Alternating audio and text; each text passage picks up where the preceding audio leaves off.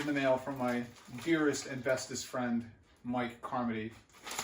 And apparently I need to film this as I open it because my content has been subpar. And we'll have to see what we got in there. Can't even imagine what it could be. I think I know what it might be. What I'm hoping it might be, but let's find out. It's a package in a package.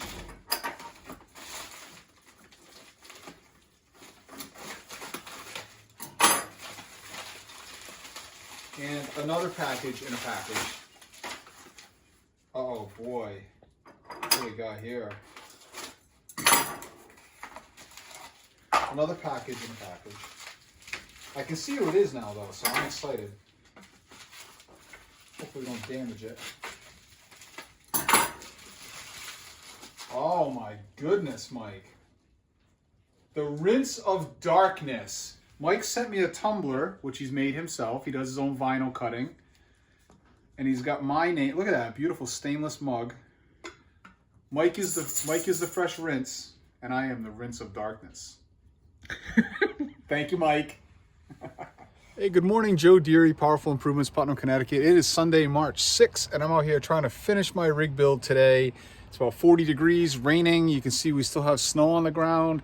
I got ice packed in the back of the truck. But I got to get through it. We're trying our first wash on Tuesday. And it's going to be like 45, 50 degrees this week, but I got to get moving. I just can't stand it anymore.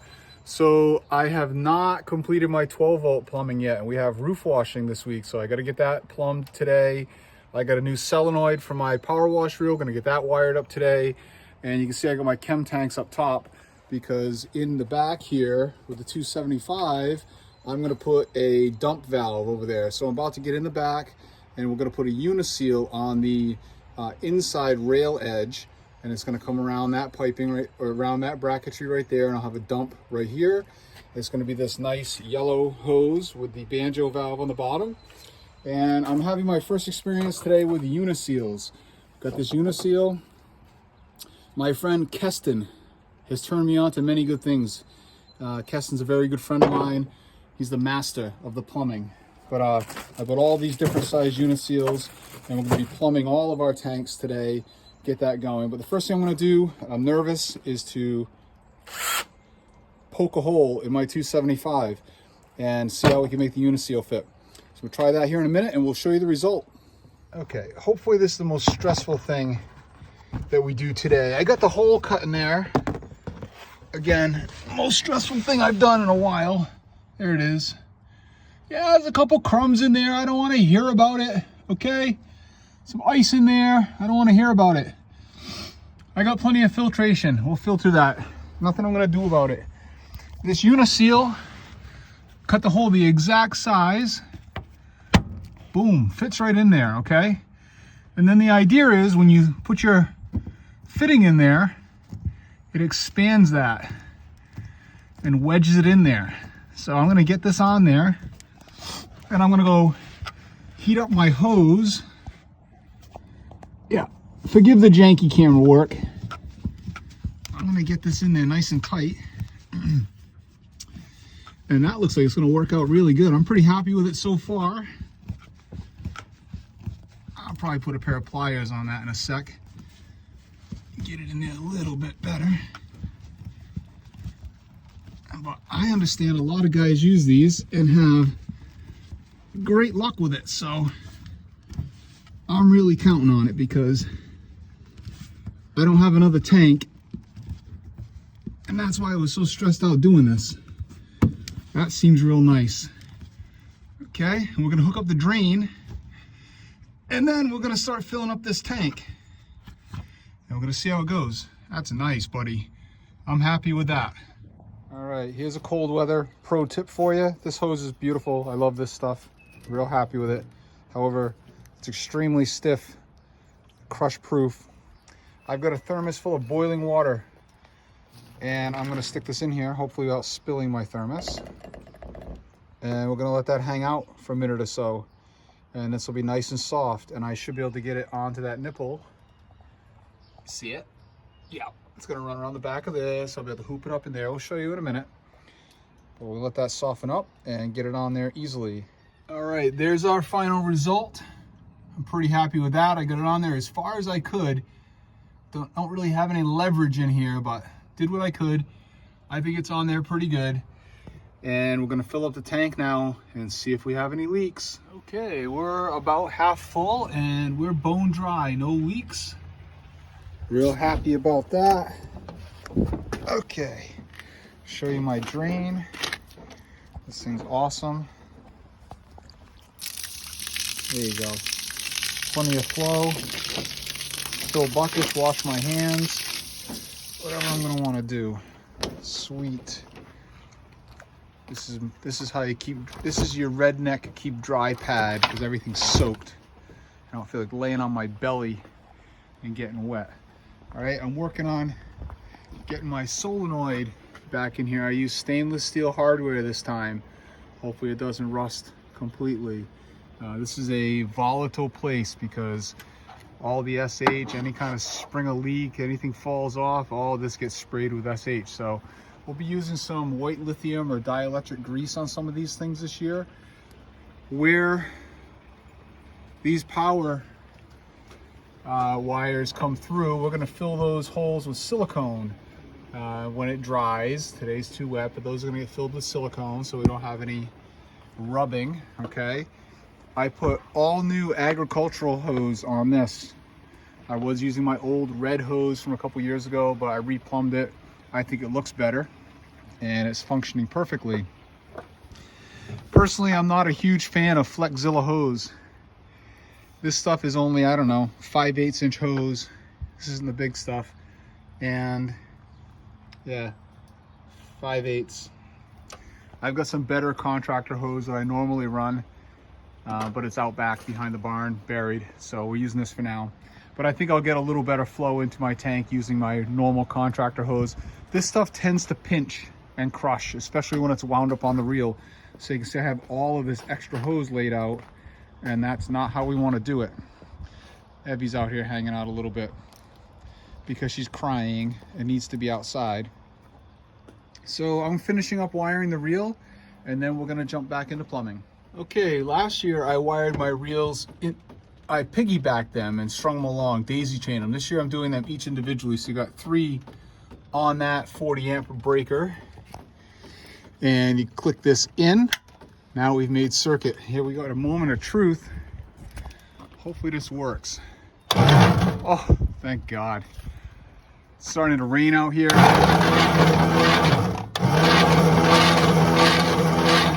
Beautiful. All right, that works. We can move on.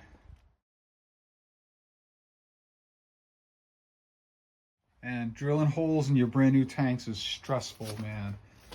I got the uniseals in there, 3/4 inch PVC, drop tube down in there to guide my 1/2 inch hose for my SH, okay? And then I'm gonna be setting up a small proportioner to draw through my downstream injector also. So this is gonna take the 1/4 inch line, this size line right here, my downstream injector. So this is also SH, drop stick plumbed down there nearly to the bottom. And same thing with soap. We're going to draw soap to our 12 volt and soap to our downstream injector. So I've drilled holes in those. We're going to set these 2 uniseals in there, and I need 2 hands to do that, so I got to drop the camera. Those are going to sit right there, and we're going to put 2 little drop sticks in there, and then I can get these tanks set up into the truck. All right, we got the tanks all plumbed up with the drop sticks. I'm not sure if I'm going to set these down flush with the uniseal or not yet. I left some space at the bottom of the tank so that I can push them down in a little bit more if I want to. I'll be cutting my hoses that go in with an angle on the bottom. I'm going to be running with no filters. I ran with no filters last year. These tanks should not get contaminated. They will be sealed for the most part. Soap tank also, okay. I've got 3 different outlets going on here. I'll show you why in a few minutes. I rinsed them very thoroughly so you can see that there's no crumbs in there. There's no little bits of plastic. So I'm sure you guys, some of you guys were concerned about the mess I was making, and we've got that tidied up. So I'm gonna set these in there, get them strapped up, and then we're gonna start working on putting some hoses together. Okay, and we drilled through the platform, removed one of the bolts for the rubber feet, and went right through here and pinched it just like that, just so this doesn't walk away too much, because you can see I have almost no room here, so I don't really want it to go this way anymore. That's gonna stop it. And I've been driving this around for a couple of weeks, and this machine has barely moved. It wiggles around a little tiny bit, but it's heavy enough that it doesn't really want to move. So that should suffice, and that allows me to grab this and pivot it slightly if I need to, especially in the back. If I need to take that unloader off, I might need to twist the machine slightly to be able to spin that K1 off of there. But we got the tanks in position. Okay, next is to put the Gen 2 back in position and get that properly secured, maximizing space. And I'm going to take my 1/2-inch hose here. I'm going to take this whole roll, and I'm going to fill up a 5-gallon bucket with hot water over there and see if I can't stuff this in the bucket and get it to sit and warm up for a bit. Okay, so it don't fit in a 5-gallon bucket. I got hot water plumbed outside, one of the smartest things I did about 15 years ago.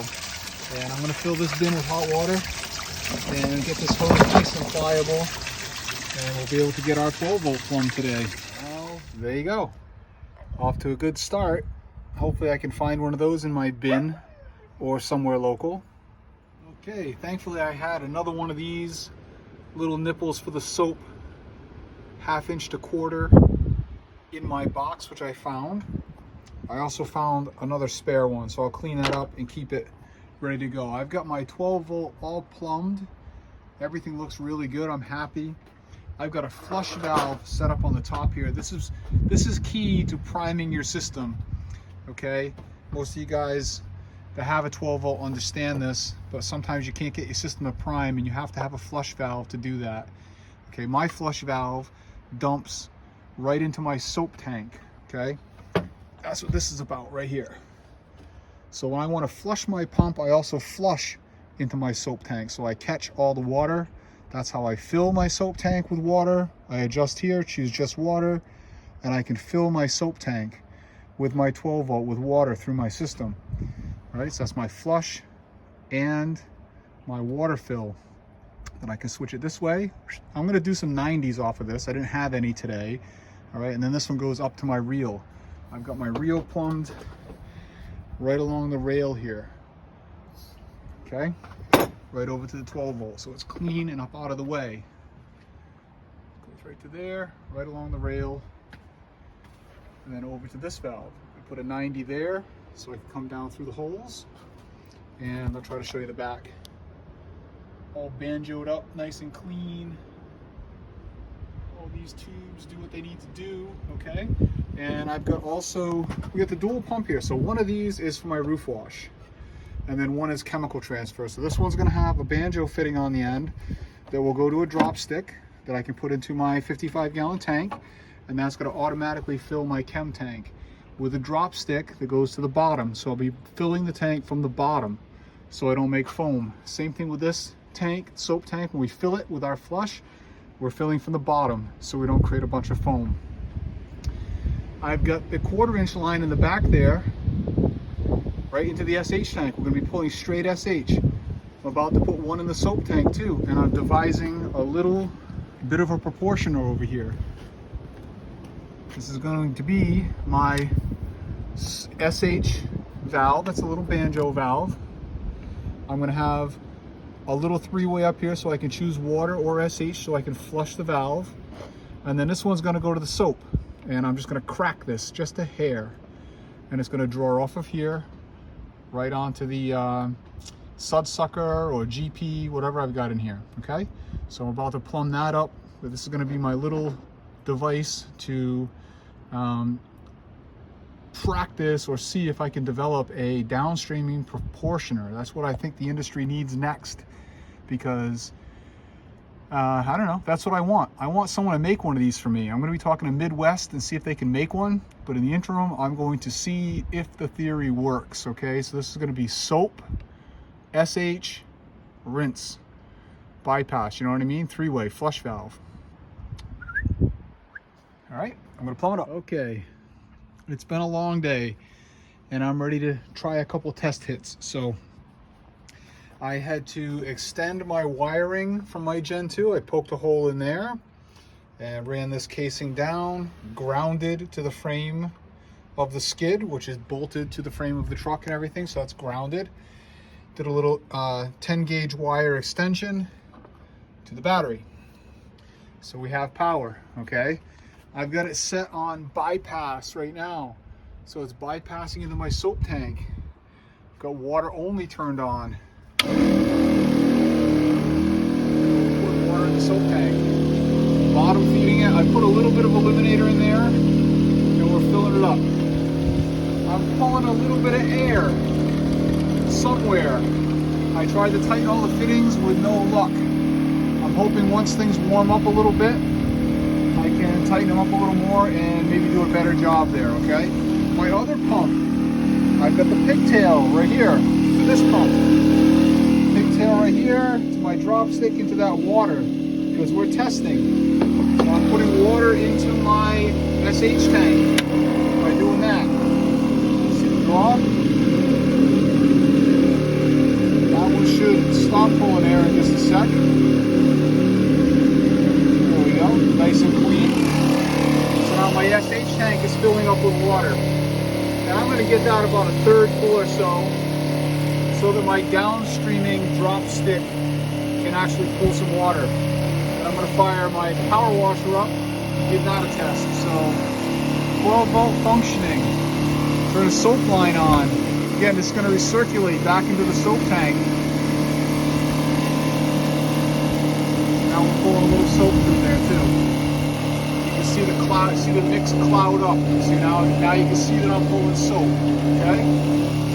Soap tank's almost full. Real quick and easy. Okay, I have as much water in that SH tank right now as I need. We ought to be able to suction, no problem. So now I want to test my 12 volt through the reel. So we switch this. See the arrow? Okay. So now it's going to this line, which goes to my reel. Right, we got our gun pulled. You better watch out, Evie. There you go. Sweet. Plenty of distance, even with my little air leak. That's about all I ever get out of that right there. We got some good wind going here right now, but that's all of 35 feet. And that's with just the water on right now. That's with no chem valve on. Let's see if I can turn the SH on.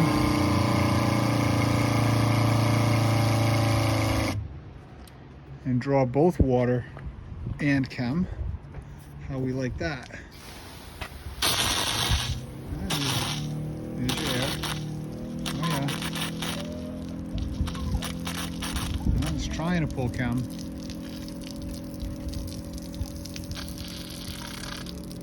I'll let go for a sec, let it prime up. See, here's where you need to purge it, see? When you're first trying to pull, it doesn't want to pull, it doesn't want to prime. So we go into the tank. So you're not trying to push through the whole reel. We should be able to prime. We'll turn the chem off, turn the soap off, and we'll get that water to prime. Excuse me, get the chem to prime.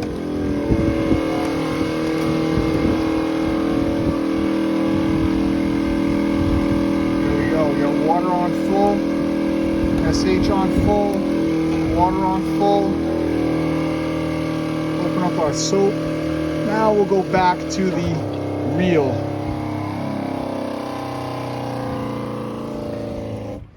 All right.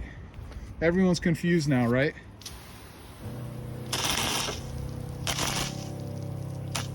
Little purge, little brown water purge. And we should stop spitting air in a minute. Yeah, my distance just increased by a few feet. There we go. Beautiful. That's all of 3540 for me right there. And again, that's all I ever get.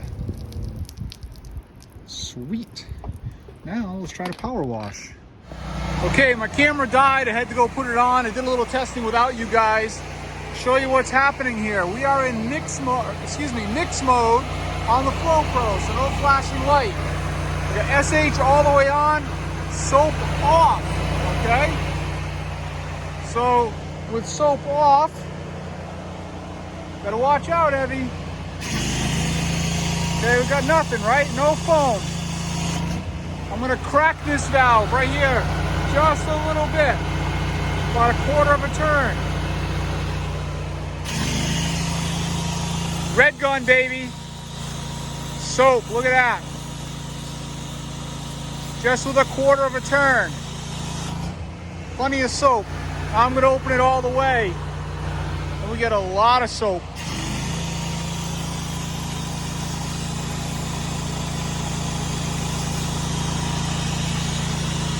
That's a lot of soap.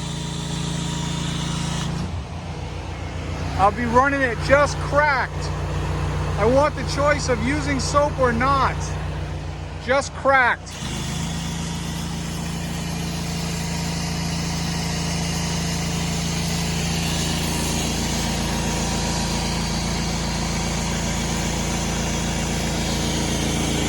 All right, that's gonna work fantastic for me. Now we're gonna hit the rinse mode. I've only got about 2 minutes of battery left on my camera. Excuse me. Come on, rinse mode. What's going on with rinse mode here? If I turn it on, that might help. There we go. Helps when the remote is on. Okay, now you're not going to hear the hissing of the injector. See how nice and quiet that is? And we got 9 gallons a minute coming off of this bad boy. And that is way the hell down my driveway. 60 feet down the driveway. Over the roof of my house, no problem. And we have the adjustability of the fan to the needle. Just like a Gilmore. Evie don't care.